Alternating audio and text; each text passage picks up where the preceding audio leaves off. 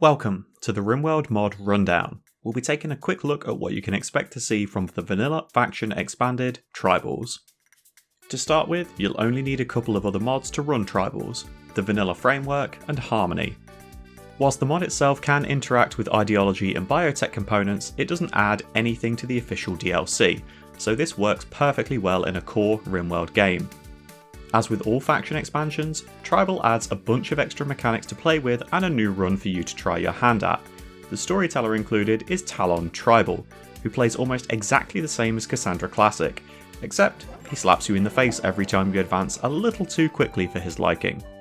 If you don't take a little break between unlocking technologies, Talon will send a raid your way to forcefully encourage you to take your time and enjoy the journey rather than rushing to the destination. The core addition to Tribals is the Wild Tribe start. Whereas in a normal Tribal run you have the basics of building, farming and production, a Wild Tribe has only just started to understand fire.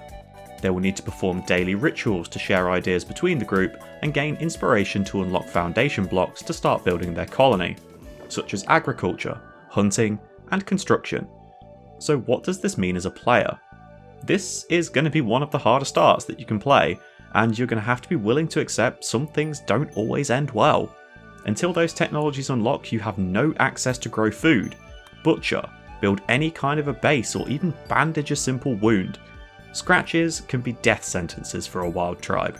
Heat waves and cold snaps will end an entire colony. A single man hunting warg can down all of your pawns and the tribal man in black who shows up to help. It took me 5 attempts to get all of the footage I wanted for this video and close to 25 dead pawns. It's rough. I usually play on losing is fun, and I genuinely had to drop this down to survival because the mood penalties were just catastrophic. They're constantly cold, naked, outdoors, without recreation, and worst of all, they've got no table to eat on. Expect frequent mood breaks for your pawns, and if you happen to roll catatonic, that's another death sentence. Medicine is quite late in the Wild Tribe tech tree, and your pawns don't know how to feed someone who's unconscious.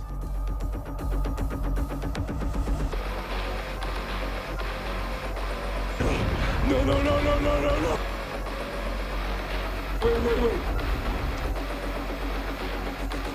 Wait. This also means that where you land practically has to be permanent summer, because your tribe will freeze to death over a cold winter or burn up if you start in a desert. You need to be very lucky with a ruin spawn if you want 4 walls and a sealed door. So let's be a little honest here.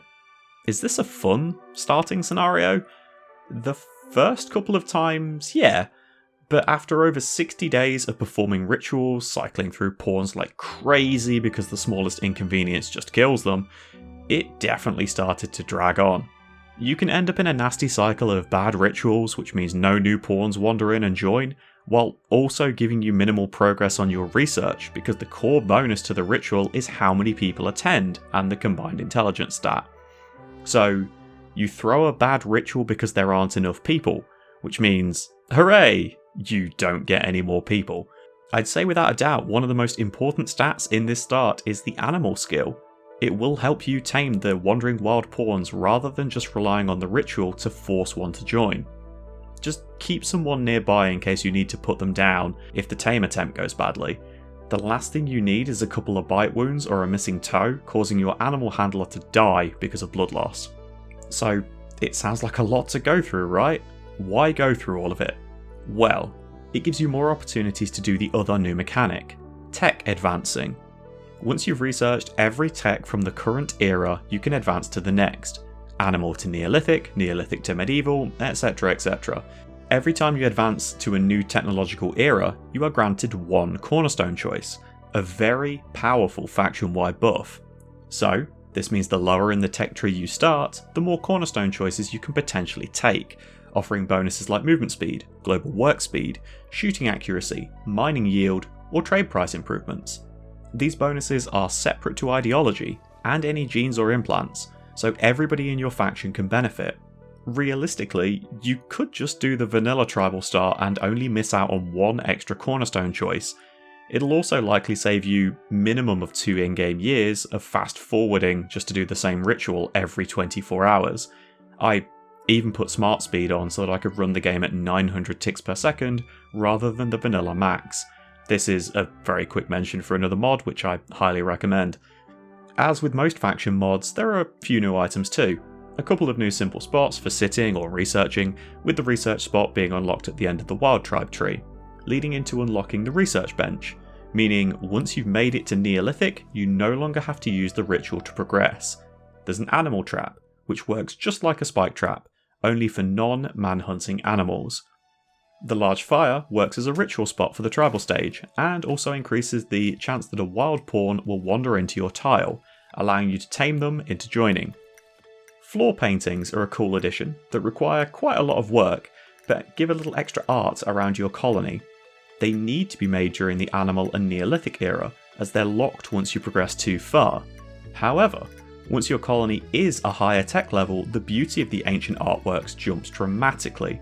Consider planning your temple in advance and adorning the floor with a lot of these paintings. You'll get some very tribal-y weapons, a weaponized rock chunk, a sharp stick, and other sharp sticks that you can throw. The stake does surprisingly good damage. To make up for it, it loses durability on every stab, so you need to consider if you want the certainty of a big smashy club or the damage of the sharp pointy stick. You also get a few new varieties of tribal wear, light for heat insulation, heavy for cold insulation, and war tribal wear, which is a wooden mantle to give your pawns the most basic of armour. Outside of all of this, there's a new event which spawns a potential rival wild tribe near you on the map, with them deciding to potentially join, ignore, or attack you depending on their numbers versus yours. This is definitely a run I suggest giving a go if you're a more experienced player, but if you're prone to rage quitting over colonist deaths or still learning the ropes, it might be worth sticking to the vanilla tribal start for a little while longer.